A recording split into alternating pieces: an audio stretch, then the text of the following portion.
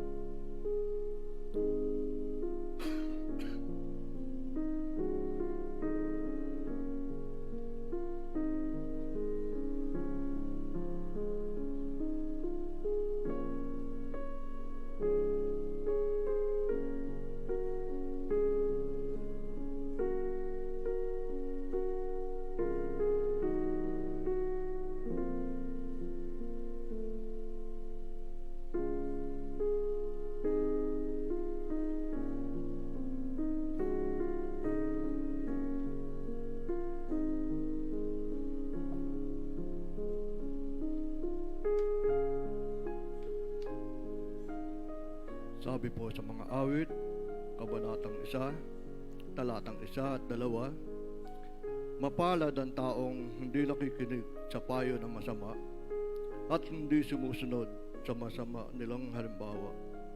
Hindi siya nakikisama sa mga kumukutya at hindi nakikisangkot sa gawaing masama. Sa halip, kasiyahan niyang sumunod sa kautusan ni Yahweh. Binubulay-bulay niya ito araw at gabi. Tayo po ay sandaling manalangin. O Diyos, amang makapangyarihan sa lahat, salamat po Panginoon sa gabing ito na muli kami nagkatipon-tipon upang patuloy kapapurihan at itaas ang iyong dakilang pangalan sa gabing ito. Salamat Panginoon sa mga anak mo narito Panginoon upang patuloy na magpuri at sumamba sa iyong dakilang pangalan. Salamat Panginoon sa mga taong iyong gagamitin sa gabing ito. Ang magbibigay ng mensahe, Panginoon, ay patuloy niyong pagpalain at patuloy niyong bigyan ng katalino, Panginoon, upang ang kanyang mensahe ng aming mapapakinggan ay aming masabuhay sa aming pang-araw-araw na pamumuhay, Panginoon. Dalangin din po namin, Panginoon, ang kaayusan ng aming pananambahan sa gabi ito. Naway ang inyong banal na Espiritu, Panginoon, patuloy na sumaamin at manguna sa mga gabing ito. Ganun din po, Panginoon, ang lahat ng may mga bahagi sa pananambahan namin sa gabing ito, ang aming technical, ang aming PAW, ang lahat magsisiawit, Panginoon. Ikaw nawa, Panginoon, patuloy na magbigay sa kanila ng katalinuhan, Panginoon, ng pagpalain po, Panginoon, ng bawat sa amin. Naway sa gabing ito ay maging pagpapala po, Panginoon, ang aming maririnig na mensahe na magmumula sa iyo, Panginoon. Maraming po salamat, Panginoon, at muli sa iyong kapurihan. Salamat sa pangalan ni Jesus. Amen. Tayo po'y makakupo na at sama-sama po nating awitin ang himno bilang 31, Tindig ka at kay Jesus.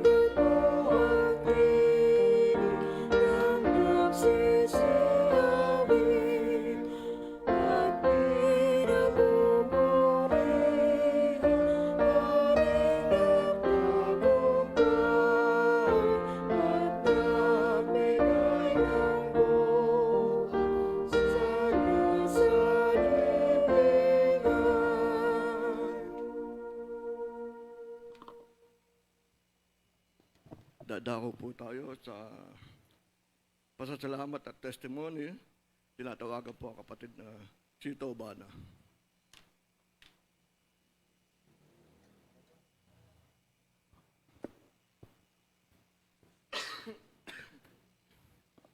Magandang gabi po sa bawat isa sa atin. Sa Diyos po ang kapulihan.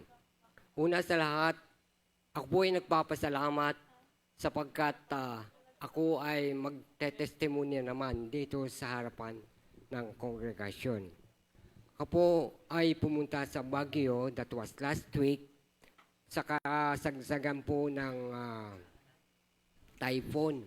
Nung ako po ay pumunta sa Baguio, nakita ko po ang aking kapatid, yung pangatlo pong kapatid ko, at doon po kami nagpangita. Nakita ko po na dinala niya ang kanyang anak sapagkat nagkaroon pala ng disgrasya ang kanyang anak. Kaya dinala sa Baguio General Hospital para iayos yung dapat na iayos sapagkat medyo hindi maganda ang pagkaayos ng doktor. Ang kanyang nangyari sa kanyang anak ay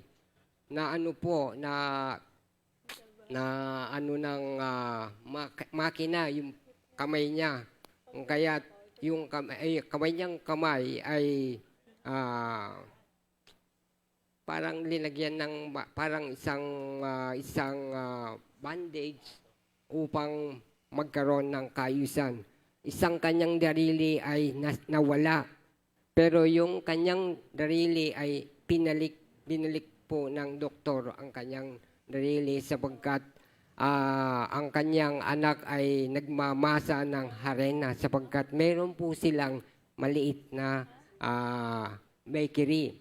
Sa hindi inaasahan ay nagkaroon ng disgrasya sapagkat yung isang kasamaan nilang katulong ay biglang in-switch yung makina hanggang nadali ang kanyang darili. Ganun po ang nangyari sa aking kapatid. Pero ako'y nagpapasalamat sa Panginoon sapagkat on that time, sa kasalukuyan na nangyari yung pangyayari, ang aking kapatid sa kanyang routinary, siya po ay palaging nananalangin. On that time ay siya ay nananalangin. Hindi niya alam na may disgrasya pala sa kanyang anak. Kaya ang nangyari doon, nung habang siya ay nananalangin, nakita niya na mayroon siyang tawag sa kanyang cellphone at akala niya kung ano man yun ang mga tawag na yun, pero hindi niya inalintana. Ang ginawa niya ngayon, tuloy pa rin siya na nanalangin hanggang meron po siyang narinig na commotion sa kanilang bahay. At doon ngayon siya lumabas sa kanyang pananalangin. At nakita niya ang kanyang anak na duluguan sapagkat ang kanyang kamay ay kinain ng yung kanilang makina.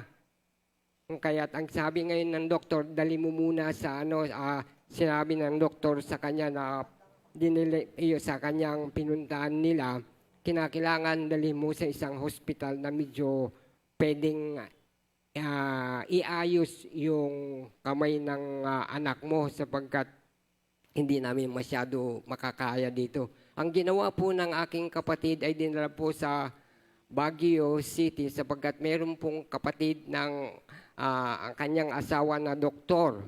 At doon po ang ginamit ng doktor ay para bagang iniayos lahat ang kanyang kamay. Parang bumalik sa dati. At ako'y nagpapasalamat sapagkat nakita ko na talagang iba talaga ang isang panalangin ng isang Kristiyano. Habang tayo po ay nananalangin, nandoon po marami pong mga ginagawa ang Diyos sa ating buhay. So Diyos po ang kapulihan sapagkat nakita ko ang kanyang ginawa sa aking kapatid. Thank you po.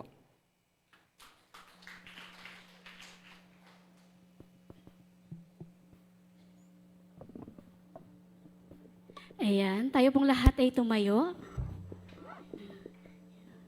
Ayan, isang mapagpalang gawi po sa ating lahat. Kamusta po? Okay, mabuti mga... Ayan. Ako rin po siguro magbabalik ng papurit pasasalamat sa Panginoon dahil, ayun po, thank you po dahil kahapon po nagdaos po ako ng kaarawan. Nagpapasalamat din po ako sa Lord sa panibagong taon, sa buhay at kalakasan po sa aming sa aking pamilya. Ayun po, sama-sama po tayong umawit at magpuri sa ating Panginoon, ating ibigay ang pinakamataas na pagpupuri na kaya nating ibigay para sa ating Lord. Atin pong awitin ng isang awitin na medyo matagal na, baka hindi na alam ng mga bata. Pero ang title nito is Your Love, na isang napakagandang awitin para sa ating Panginoon.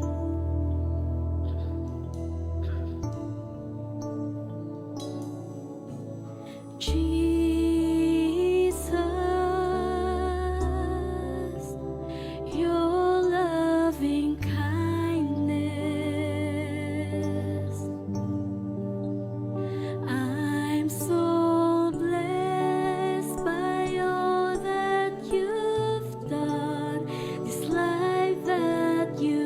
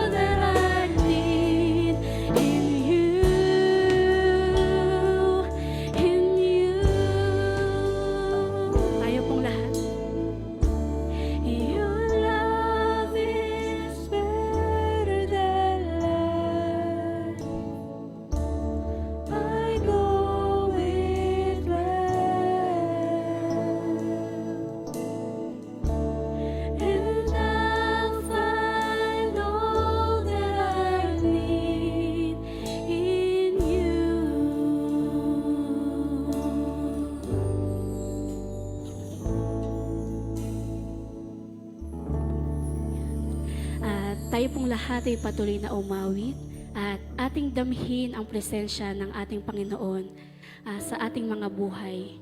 Tunay na ang Panginoon ang dapat na ating dinidesire, ang desire ng ating mga puso, ating isinisik sa ating mga buhay. Yan. At tayong lahat ay patuloy na umawit at ibigay natin ang ating buong puso sa pag-awit para sa ating Panginoon.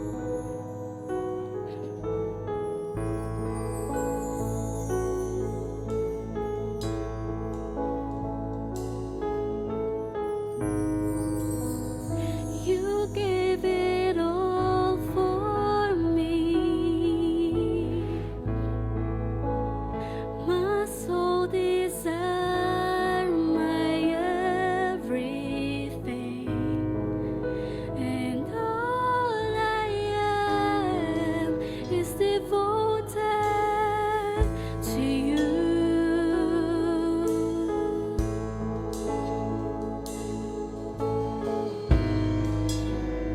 How could I fail to see you are the love that rescued me, and all I am is devoted to you.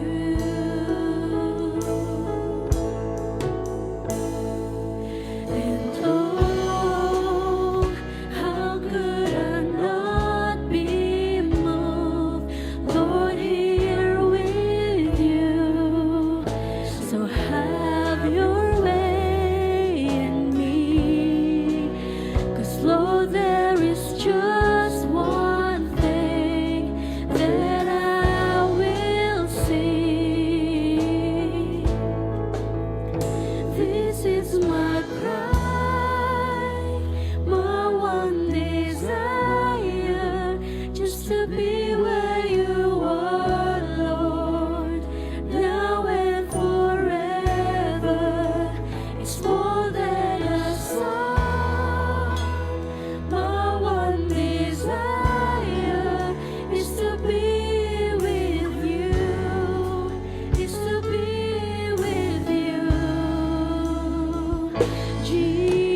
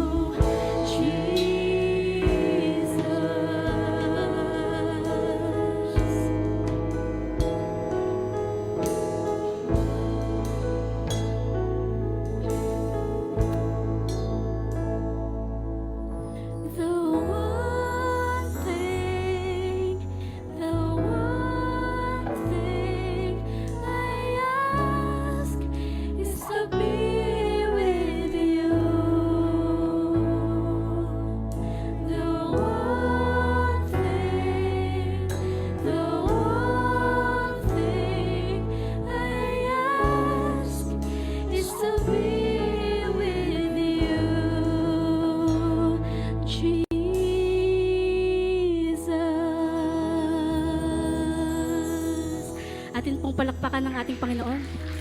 Sa Diyos po ang papuri at pasasalamat.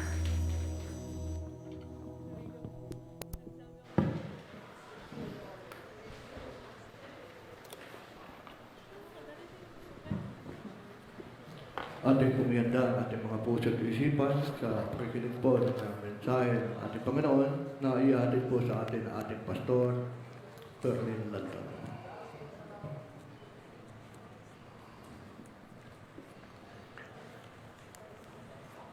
Isang magandang gabi sa inyong lahat. Okay. Nagpapasalamat ang inyong lingkod sa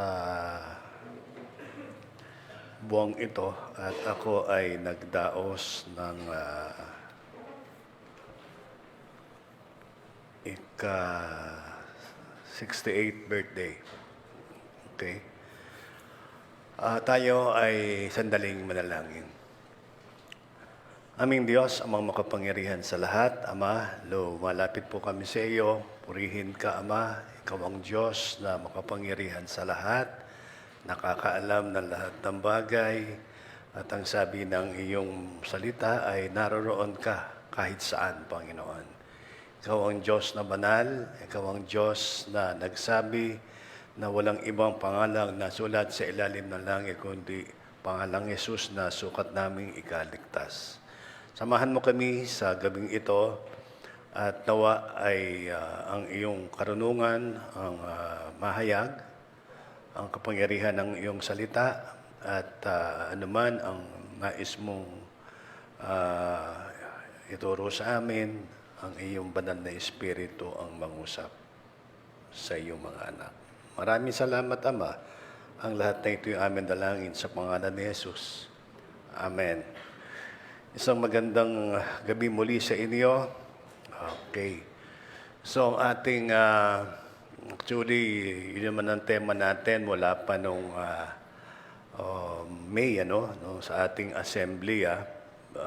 Ilagay natin sa isip natin yan na sa ating mga pagsamba, sa mga gawain, ay yung sabi nga is recognizing God's sovereign power, tsaka yung ano pa ang isa, yung sa Santiago, ano, sabi doon 4:10, ang sabi doon magpakababa kayo sa harapan ng Diyos at kayo'y itataas. Ayan, no? So kaya kapag ating mga pagsamba, ilagay nyo na sa isip nyo na doon ang tema, doon tutukuyin nung tagapagsalita yung kaniyang mensahe. No? So, ang sabi nga ay ang Diyos natin ay makapangyarihan. No? Lahat alam niya.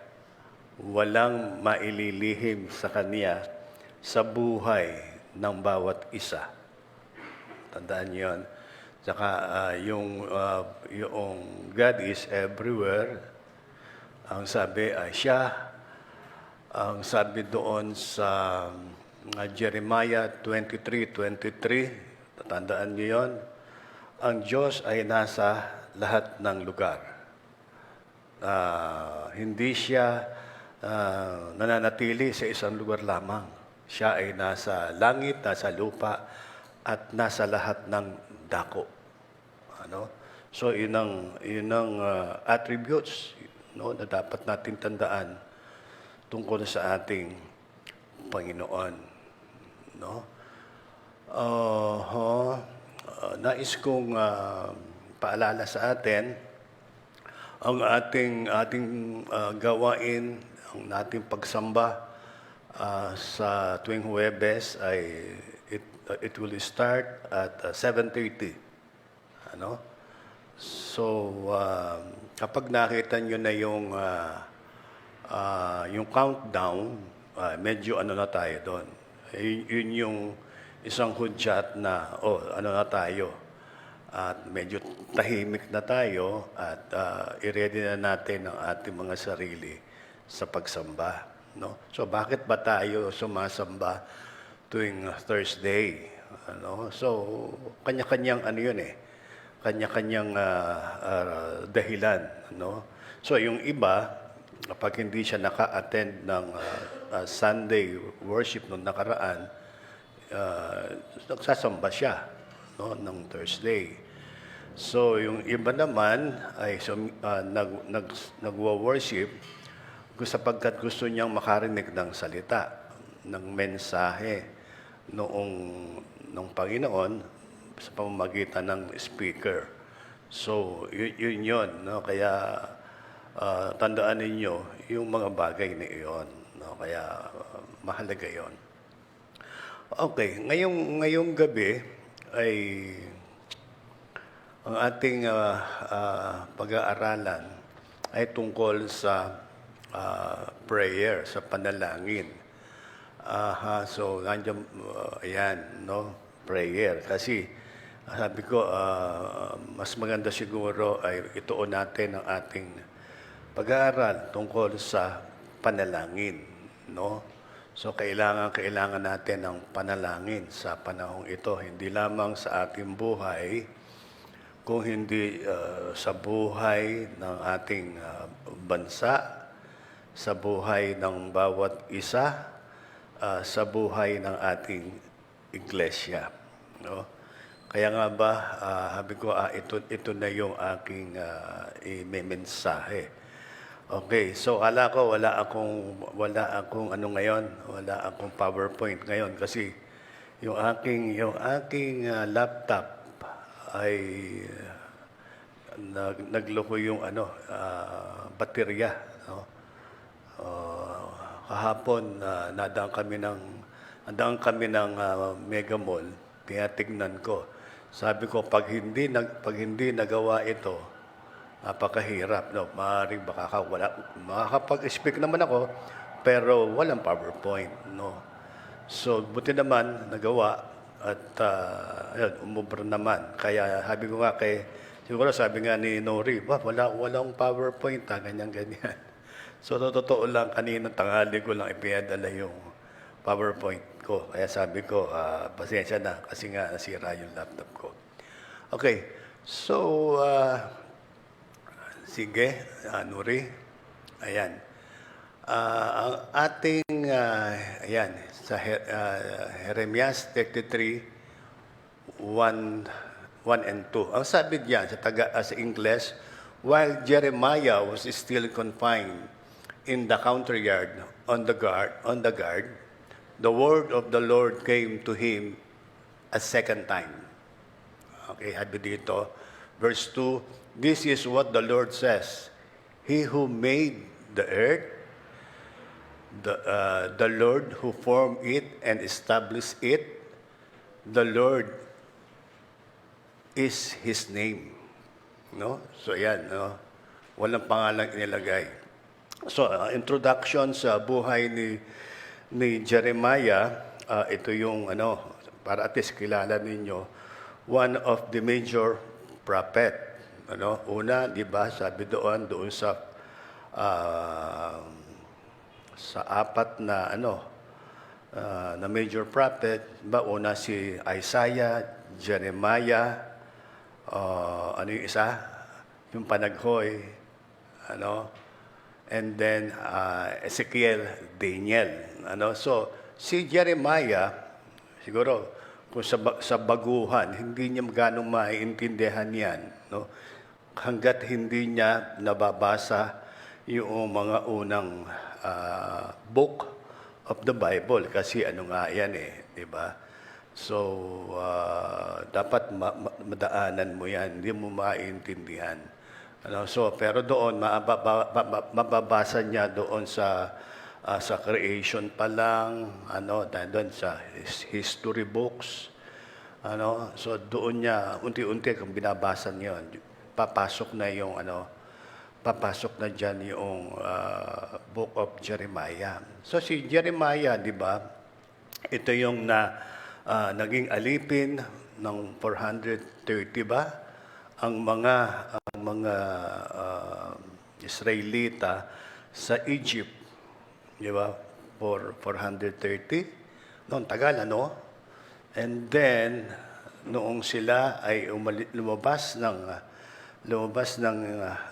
Egypt, no? At ginaid sila, ang sabi ay bibigyan sila doon na promised land, yung Kanaan, no?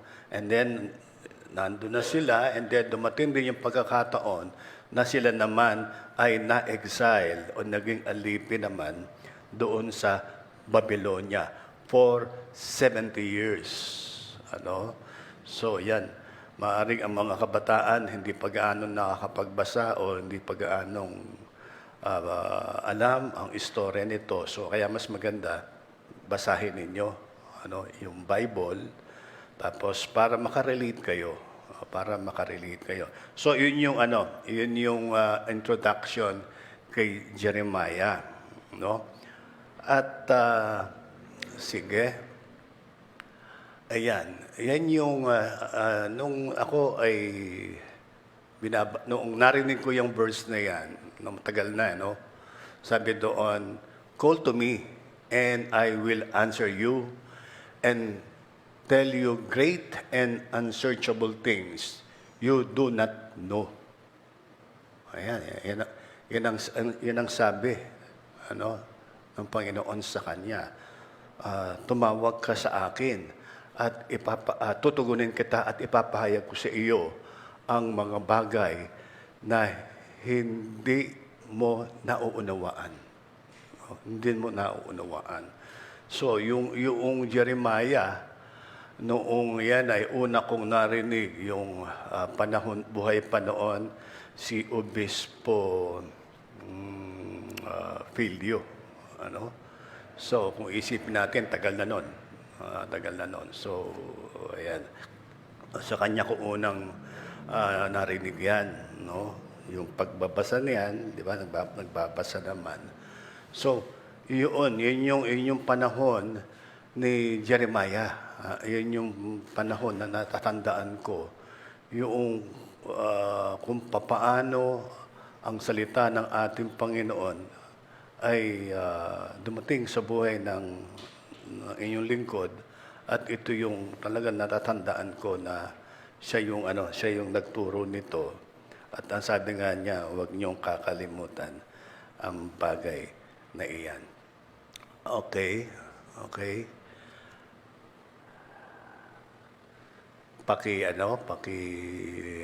Iyan. Sa Tagalog naman, tingnan natin. Ang sabi doon,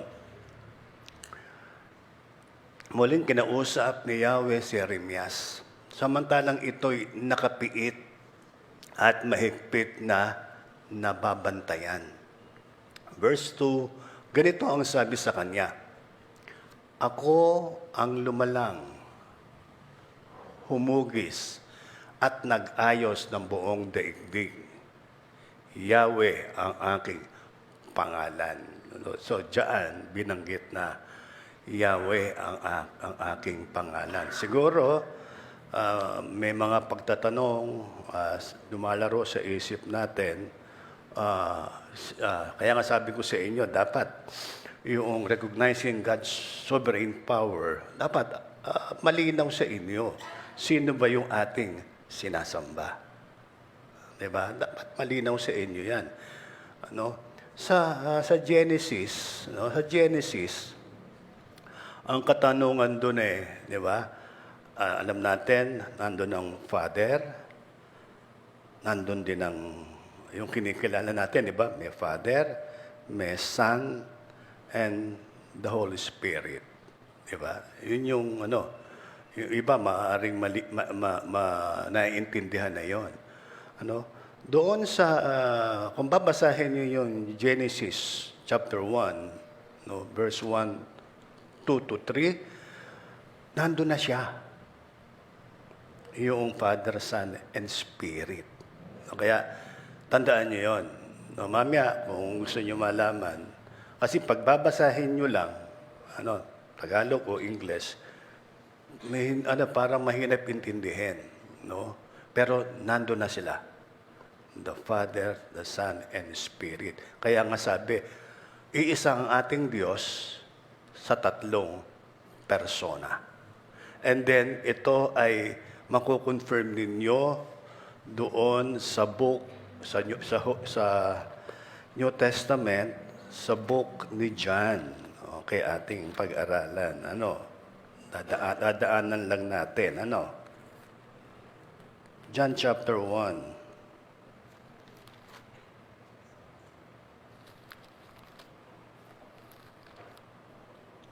Okay, siguro doon muna sa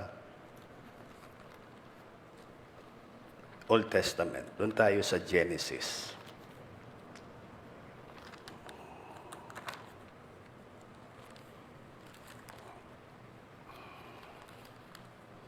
Okay, ang sabi dito sa Genesis chapter 1. Nang simulang likhain ng Diyos ang lupa at ang langit, ang lupa ay wala pang hugis o anyo. Dilim ang bumabalot sa kalaliman at umiihip ang malakas na hangin sa ibabaw ng tubig. Hanggang tulang pala. Sabi dito, nang simulang likhain ng Diyos ang lupa at ang langit, ang lupa ay wala pang hugis o anyo. Dilim ang bumabalot sa kalaliman at umiihip ang malakas na hangin sa ibabaw ng tubig. Yung sinasabi dito na dilim ang bumabalot sa kalaliman at umiihip ang malakas na hangin sa ibabaw ng tubig. Yun yung sinasabi na yung the Spirit of God. Sa Ingles, mas maganda sa Ingles, pero pag-aralan nyo na lang, pag-aralan nyo na lang doon. Kasi doon, the presence of the Father, sabi doon, likhain ng Diyos ang lupa at langit. Sabi doon, ang lupa ay wala pang hugis o anyo, dilim ang bumabalot sa kalaliman at umiihip ang malakas na hangin sa ibabaw ng tubig. Di ba? Kung makikita nyo yung tubig, kung mamasdan ninyo, parang yung gumaganong-ganon, meron kayong tingin na gumaganong-ganon. Dito ipinakita yon na yun yung the Holy Spirit, the Father, naroon din ang Diyos.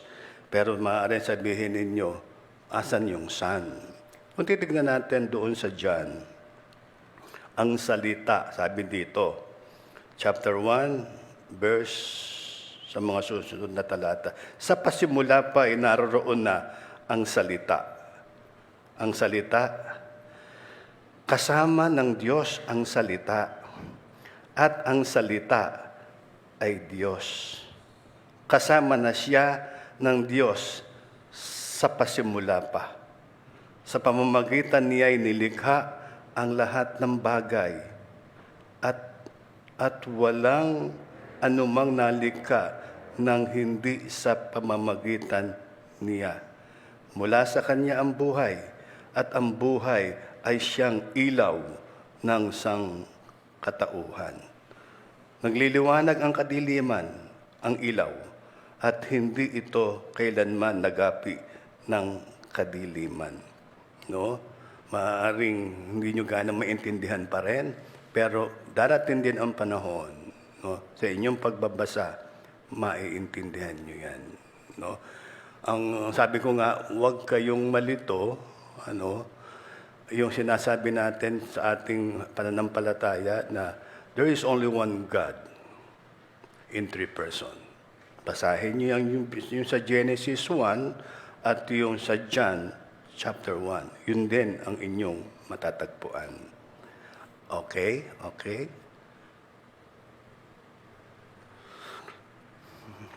Sige.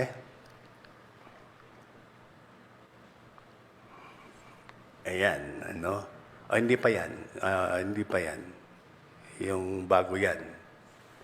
Ayan, yan yung kaninang binanggit natin, Ang sabi muling kinausap na Yahweh si Jeremiah samantalang ito'y nakapiit at mahigpit na binabantayan. Ganito ang sabi sa kanya, ako ang lumalang, humugis, at nag-ayos ng buong daigdig. Yahweh ang aking pangalan. Ayan. Yung Yahweh at ang aking pangalan, kung titignan naman natin, kung paano natin maiintindihan yan pag sinabing Yahweh, tignan natin sa Exodus.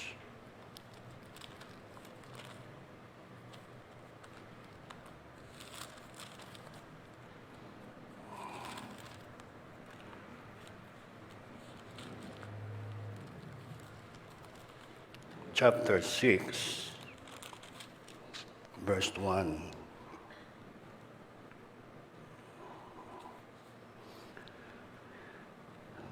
Sinabi ni Yahweh kay Moses, makikita mo ngayon kung ano ang gagawin ko sa Paraon.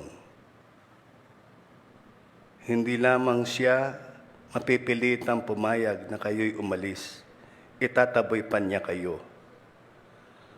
Sinabi ng Diyos kay Moses, ako si Yahweh. Yan. Ako si Yahweh. Napakita ako kina Abraham, Isaac at Jacob bilang Diyos na makapangyarihan. Ako, nakipagtipan ako sa kanila at ipinangako na ibibigay sa kanila ang Kanaan, ang lupaing tinirahan nila noong bilang dayuhan. Narinig ko ang daing ng bayang Israel na inalipin ng mga Ehipsyo at hindi ko nalilimutan ang tipan ko sa kanilang mga ninuno. Kaya ito ang sabihin mo sa mga Israelita, ako si Yahweh, ililigtas ko kayo sa pagpapahirap ng mga Ehipsyo. Ipadadama ko sa kanila ang bigat ng aking kamay. Parurusahan ko sila at gayoy hahanguin ko sa pagkaalipin. No? So dito may mga verses kayo makikita dyan habang binabasa niyo. Nasabi doon, ako si Yahweh, ang Diyos ng Israel. Ano? Kaya sabi ko sa inyo, pag yun ang nabasa ninyo, tapos sabihin niyo paano naging ang Diyos natin ay si Jesus. Kasi sabi nga sa New Testament, di ba? Ang walang ibang pangalan na sulat sa ilalim ng langit kundi ang pangalang Jesus. Di ba? So matagal na pag-aaral 'yan, no? Makinig lang kayo at ituturo sa inyo ang mga bagay na ito. I hope na ang bawat isa sa atin ay nakakilala na sa ating Panginoon. Diba? Nakakilala na sa ating Panginoon. At maaaring tumanggap na sa Panginoon, no? Kaya sabi nga, yung salita ng Panginoon, sabi nga, yung pananampalataya, sabi, paano ba na-acquire yung pananampalataya? Ang sabi doon sa Roma 10:17, ang pananampalataya ay nagmumula saan? Sa pakikinig. Sa pakikinig ng kanyang salita. Tapos sabi nga doon paano naman makaririnig ang mga tao kung walang magsasalita? Ano? Kaya sabi nga, di ba, ang ating Great Commission, nung narinig niya ito, narinig natin ang salita ng ating Panginoon, nang sabi nga ay, ang kaligtasan ay nagmumula sa pakikinig, at ang sabi doon ay, ito ay isang biyaya. Yung isang biyaya, pag sinabing biyaya, pinaghirapan ba natin ito? Hindi. Ano? Biyaya nga Hindi natin pinaghirapan. Na-deserve natin iyon, pero hindi tayo ang nagpakahirap. At ang nagpakahirap nito ang ating Panginoon. Di ba kailan yon? Kailan yon? Kung isipin natin, malapit na ang Kapaskuhan, no? Yung iba hindi ganong alam din ito. Ang alam nila nung dumating yung Pasko, pumasok sa isipan nila yung pagbibigayan, no?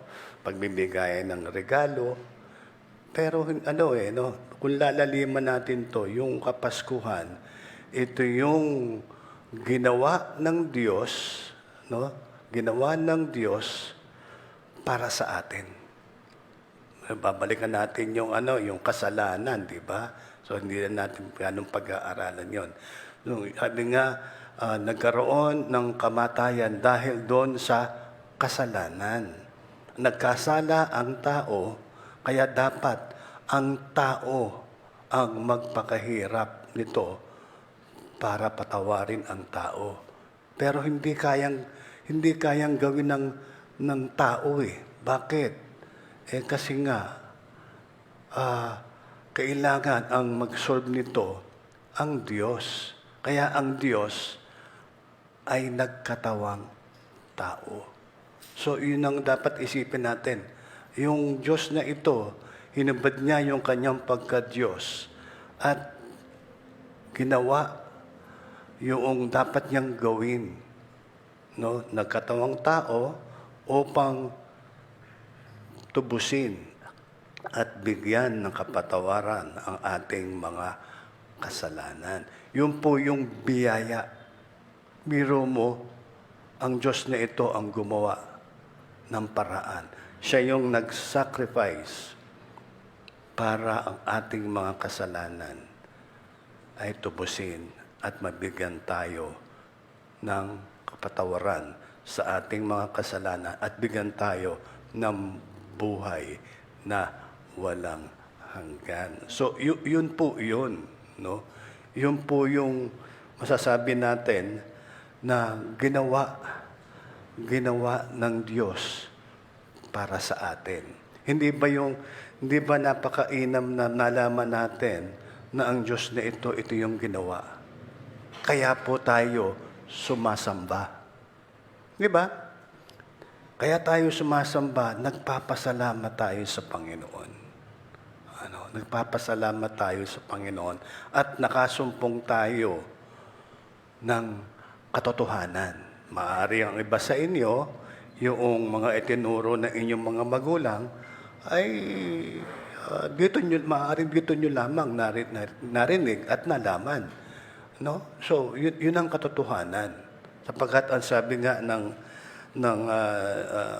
John 14:6, sabi na ating Panginoon, I am the way, the truth, and the life. Di ba? No one comes to the Father except through me. Walang makagagawa ng ginawa ng ating Panginoon upang magkaroon tayo ng buhay na walang hanggan. So ano ang dapat gawin ng isang tao? Ano kailangan gawin ng isang tao? No? So, dapat ang isang tao ay makilala niya na hindi niya maililigtas ang kanyang sarili, nasa kanyang sarili lamang. No? Hindi niya maililigtas ang kanyang sarili. Kailangan maunawaan niya yung ginawa ng Diyos na ito. Diba? Yun po ang pinakamahalaga. Kaya nga ba, kung nag-iisa, sino mang gustong kumilala sa ating Panginoon, manalangin siya. No? Manalangin siya. I-accept niya sa kanyang buhay na siya ay makasalanan. Ihingi niya ng kapatawaran ang lahat ng kanyang mga nagawang kasalanan at tanggapin ang ginawa ng ating Panginoon sa kanyang buhay. At tagapin niya si Jesus bilang kanyang Panginoon at tagapagligtas. Yun po yun. Yun po ang napakahalaga sa buhay ng isang tao. At doon malalaman pag ginawa mo yan, ang pinakamahalaga doon, tanggapin ang Panginoon sa iyong buhay, sa iyong puso't isipan, bilang iyong Panginoon at tagapagligtas, ihingi mo ng kapatawaran ang iyong mga kasalanan. At ang kapatawaran, 2,000 years ago, ay ginawa na ng Diyos. Diba? Nung siya ay namatay doon sa cross. Diba? So, yun po yun. At sabi ko nga, kapag ginawa nyo yan, the indwelling of the Holy Spirit ay dapat maranasan po ninyo. Ano? Kasi sumain nyo na yung yung Espiritu ng Panginoon eh. Ano? At idalangin ninyo na tuluyan kayong turuan ng ating Panginoon sa lahat ng nais ipagawa sa inyo ng ating Panginoon. No? So, sige. Doon sa John tayo. Ayan, no?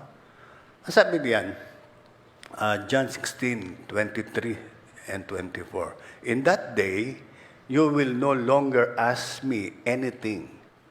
I tell you the truth. My Father will give you whatever you ask in my name. No? So, ang nagsasalita po dyan ay sino? Si Jesus na. Ano? Si Jesus na. Diyan makikita natin, sabi doon, my Father will give you whatever you ask in my name. No? Hinihingi mo sa Father, pero sabi niya, sabi bandang huli, ask in my name. Diba? Tayo ay nananalangin, diba? Tapos nating manalangin, ang iba, ang karaniwan, di ba? Panginoon, ng lahat na ito ay amin dalangin sa makapangyarihang pangalan ni Jesus. Ano? Yun. At least, meron tayong pinanghahawakan doon. No? Kung titignan natin, ano ba yung konteksto noong John 16? Sabi niya, in that day, you will no longer ask me anything. So, ito yung panahon, kasi sa John 14, ang natatandaan natin dyan yung, di ba, yung sinabi ko kanina, John 14:6, I am the way, the truth, and the life. Doon sa 16, yan nga, yun ang sinabi diyan na in-explain dyan na kinakausap niya yung kanyang mga alagad. At ang sabi diyan, ito na yung, sabi niya sa kanyang mga alagad, kung hindi ako aalis, hindi mapapasa inyo ang patnubay, ang Holy Spirit, no? At dito inihantulad yung sa isang manganganak. Ang sabi doon, di ba? Sabi, basahin niyo yan, no? Di ba? Kapag ang isang babaeng buntis, iniisip na niya yung hirap na kanyang dadanasin. Pero sabi doon, pero kapag nakapanganak na siya, yung kanyang mga alalahanin, yung kanyang hirap na dinanas ay mawawala. Diba? So, siguro sa mga kababaihan na, di ba, ganun yun. Kaya sabi ni Jesus sa kanyang mga alagad, kailangan parang, ngayon nakikita niyo ako, pero pagkatapos kong umalis, ako ay babalik. Ang sinasabi doon na ako ay babalik, ay yung kanyang muling yung kanyang muling pagbaba, yung the second coming, no? So yun yung pinapaliwanag ng ating Panginoon sa kanyang mga alagad. Sabi doon, to verse 24, until now, you have not asked for anything in my name. Ask, and you will receive, and your joy will be complete. So, ibig sabihin, sa pananalangin ay, di ba, naroon yung ating mga kahilingan, di ba? Tama ba yung ating pananalangin? Ito, tinuturuan tayo ng ating Panginoon na kung mananalangin tayo, ito yung ating gawin. No? Ang sabi niya di ba? Hanggang ngayon, wala pa kayong hinihiling sa Kanya sa pangalan ko. Humingi kayo at kayo tatanggap upang malubos ang inyong kagalakan. No? Isang bagay ang naidulot nung nakaraang, ilang taon na ba yun? 2021, yung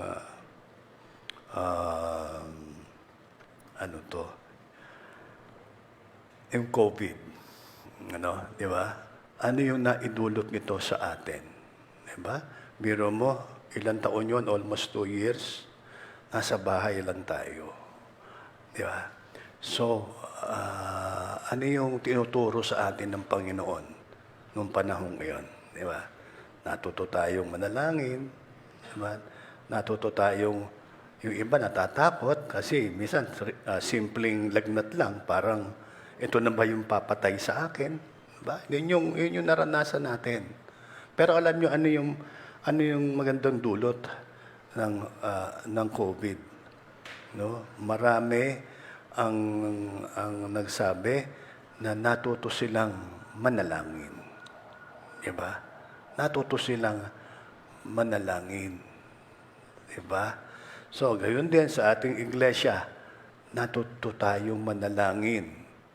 Hindi dati, ang pananalangin natin, dumating yung tuwing tandaan ko na, no?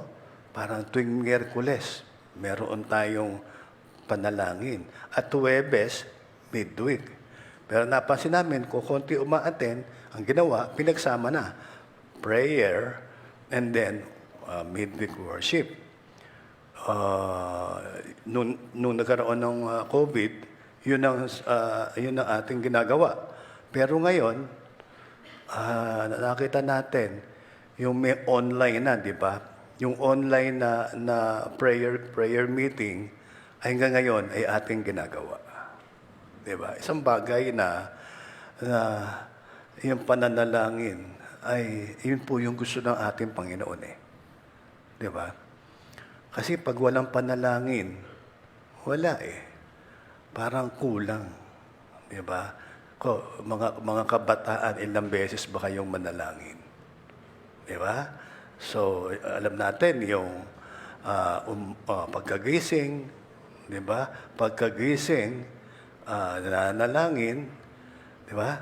Tapos, bago kumain sa umaga, then pag nakakain sa umaga, nanalangin pag alis sa umaga, pagpasok, and then maaaring sa tanghalian, nanalangin kayo, and then sa gabi. No? So, yun yung karaniwan nating ginagawa. Di ba? Pagkagising, di ba? Pagkagising, hawak ang, ngayon, nangyayari ngayon, pagkagising, hawak ang cellphone. Hindi ang Bible. Maaaring hindi, di ba? Di ba? Nangyayari po yun, no? Natawa kayo. Natawa kayo. No? So, minsan para sabi nga, para tayo mga doktor no? Para tayo mga doktor na yun ang unang hinahawakan. Instead na manalangin o yung Bible, pero dapat ganun po tayo. Di ba? Dapat ganun yung mindset natin na kung saan ito yung ating pinapanalangin. So, sa ngayon, sabi ko nga, yung ano yung kailangan natin ipanalangin. Nabanggit ko na yung personal prayer natin. Yun naman ang kailangan. Pero alam niyo sa panahong ito, mga signs, di ba? Mga signs na tunay na malapit na dumating ang ating Panginoon. No? So, sabi nga, ngayon, ang ipinapanalangin natin, kakaiba yung nangyayari ngayon sa ating bansa. No? Di ba, alam natin yung mga nangyari sa lower house, and then sa Senado, tapos kung saan nakita natin, sabi nga nung iba yung ating mga kinukolekta sa ating mga taxes ay kinukurakot lang nila, no? At meron pang mga ini-encourage yung iba na parang pumunta sa luneta, pumunta sa kalye at gawin yung mga bagay na hindi tama. Di ba? So, yun no? Kaya ipanalangin natin itong mga nangyayaring ito. Napakaraming na nai-involve, ano? Kaya nga sabi ko nga kung isipin natin, ito ba yung mga politiko, ano? Maraming sumasabit na pangalan tungkol doon sa mga budget nila, ba? Ano pa po dapat nating ipanalangin? So ipanalangin po natin yung mga bansa laban sa bansa ay nagkakaroon ng mga pag-aaway-away. So alam natin 'yan. Tapos kailan lang yung mga bagyo, no? Ito nga ang sabi, no? Kumilos na ang Panginoon para mahayag sa mga taong ito yung kanilang mga pinagagawa. Sabi nga, biro mo, sa loob ng isang buwan, 3 bagyo. Aba, kakaiba yun. Parang 1 linggo ba? Ganun ba? So, sa loob ng 1 linggo, 3 bagyo ang naranasan po natin. At naranasan din, hindi naman tayo, yung mga pagbaha. Kaya sila kaya pinakita ng Panginoon na ito yung kanyang kapahayagan. At noong nakaraang araw, yung nangyari doon sa Cebu, 6.7 magnitude 6.7 na lindol, no? So, yun yung mga nangyayari na. Ito yung kapahayagan na sabi nga ay malapit nang dumating. Pero sabi, hindi pa ito ang wakas. Mangyayari ito, pero hindi pa ito ang wakas. So, kaya mahalaga, kapag dumating yung mga bagay na ito, dapat firm yung ating pananampalataya na ang Diyos na ito na aking nakilala, tinanggap ko bilang aking Panginoon at tagapagligtas, ito yung aking Diyos na hindi niya ako pababayaan. Iingatan niya ako. No? So sabi nga yung mga namatay doon sa Cebu, misa ang katanungan, ilang kaya doon ang kumilala sa ating Panginoon bilang kanilang Panginoon at tagapagligtas. So again, kailangan nandoon yung ating pananalangin sa ating Panginoon. Sa ganitong kalalagayan, tayo po ay manalangin. Aming dakilang Diyos, Ama, marami pong salamat sa gabing ito. Maraming salamat sa iyong mensahe na nagtuturo po sa amin na kami ay patuloy na manalangin, patuloy na mag-aral ng iyong salita, at patuloy naming makita ang kalooban mo sa buhay ng bawat isa po sa amin. Maraming pong salamat, Ama, na lahat na ito'y amin dalangin sa pangalan ni Jesus. Amen and amen.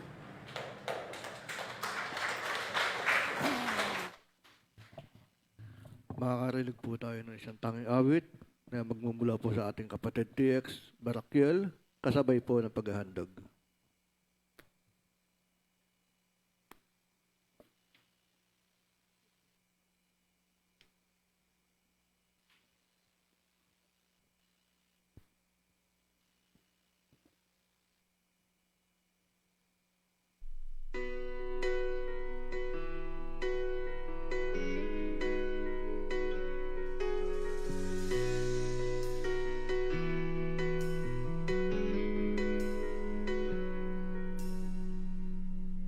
Who am I that the Lord of all the earth would care to know my name, would care to feel my hurt?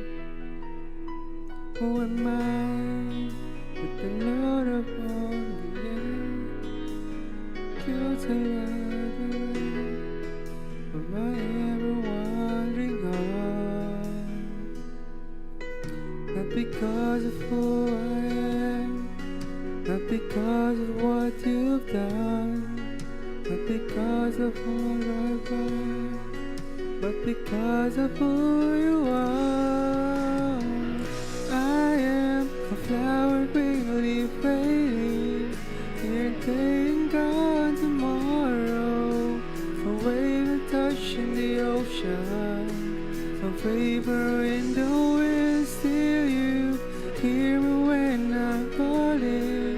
Lord, you catch me when I'm falling, and you told me who I am. I'm yours. I'm yours.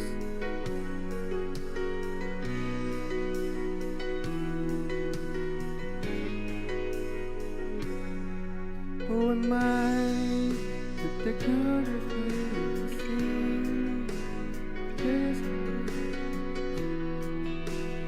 place again. Who am I that the Lord is mine? You don't right to the rain, turn the storm in me. Not because of who I am, not because of what you've done, not because of what I've done, but because of who you are. I am a flower quickly fading, here today and gone tomorrow, a wave and touch in the ocean, a vapor in the wind. Still you hear me when I'm calling. Lord, you touch me when I'm falling. Lord, you told me who I am. I'm yours.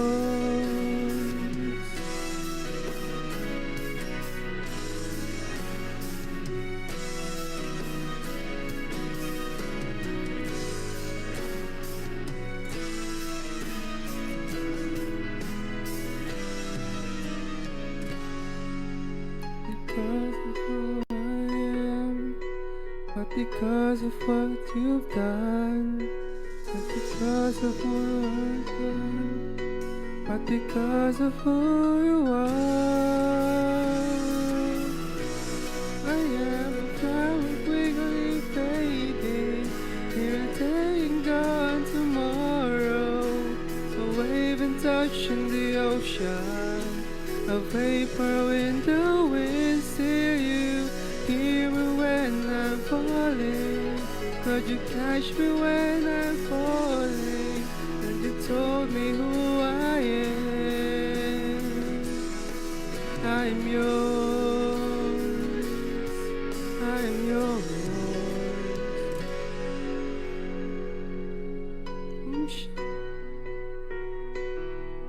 Nothing. 'Cause I am yours. I'm yours.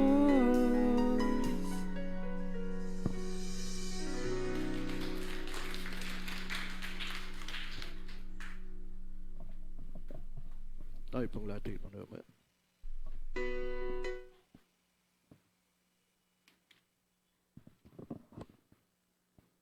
Manatili po tayo sa pagkakatayo. Ang mga nasa tahanan po ay pwede pong sumabay sa pananalangin. At ang mga ipapanalangin po natin ay ating po makikita sa ating live stream. Para naman po sa Group 1, simula po dito sa harapan, 1 hanggang kay Carlo. Ang kababaihan, ang Group 1, panalangin po natin ang may mga karamdaman. Para po sa Group 2, simula kay Carlo hanggang dito, first and second row, panalangin po natin ang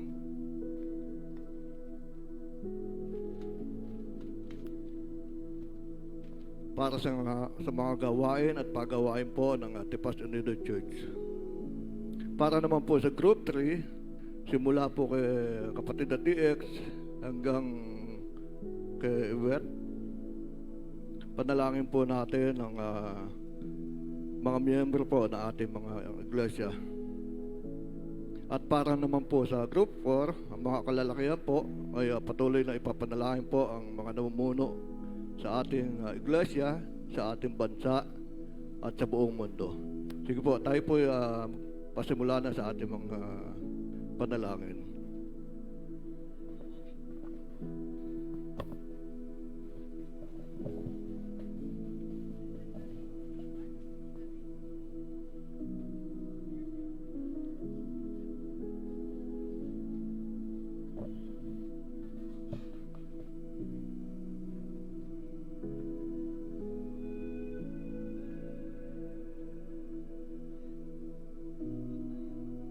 ay to.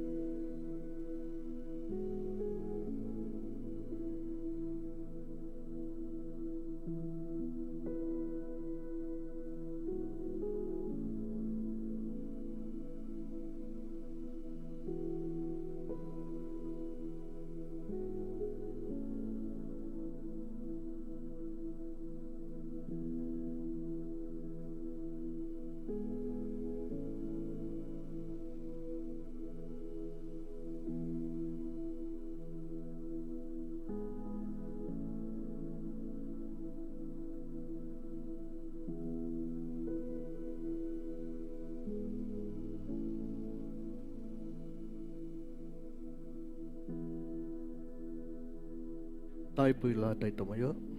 Ating pong awitin ng Doxology.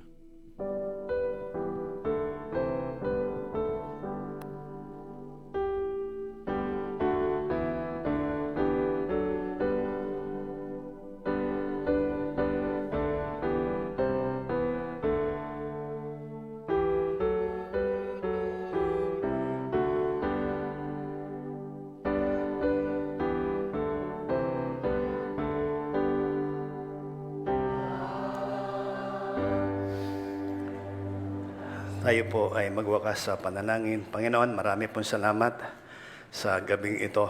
Maraming salamat sa iyong mensahe na nagpapaalala po sa amin na patuloy kaming makakonek po sa iyo, manalangin sa iyo sapagkat ikaw naman, Panginoon, na nakakaalam ng lahat ng bagay. Panginoon, hayaan mo na idalangin po namin sa iyo ang sambahayan ng kapatid na Marley Ansaldo, ang kanyang anak na si Dan Wesley, ang kanyang asawang si Dan. Panginoon, ang mga mahal sa buhay. Panginoon, ikaw ang kumatagpo sa kanila sa panahong ito. Ang iyong biyaya at pagpapala, ang kapayapaan ng kanilang puso't isipan, ang ikaw ang kumatagpo, Panginoon. Kaya maraming salamat ang iyong pag-iingat, pagpapala sa bawat isa ang patuloy naming maranasan. Sa ngayong kalalagayan, sa pagtataas ng kamay ng iyong abang lingkod, igawad mo, Ama, ang iyong makapangyarihang bendisyon. Ang biyaya ng ating Panginoon Kristo, ang pag-ibig ng Ama, ang pakikipisan ng banal na Espiritu, ang siya na mag-ingat at mag-ampon sa atin, mula ngayon at magpakailan-kailanman. Amen.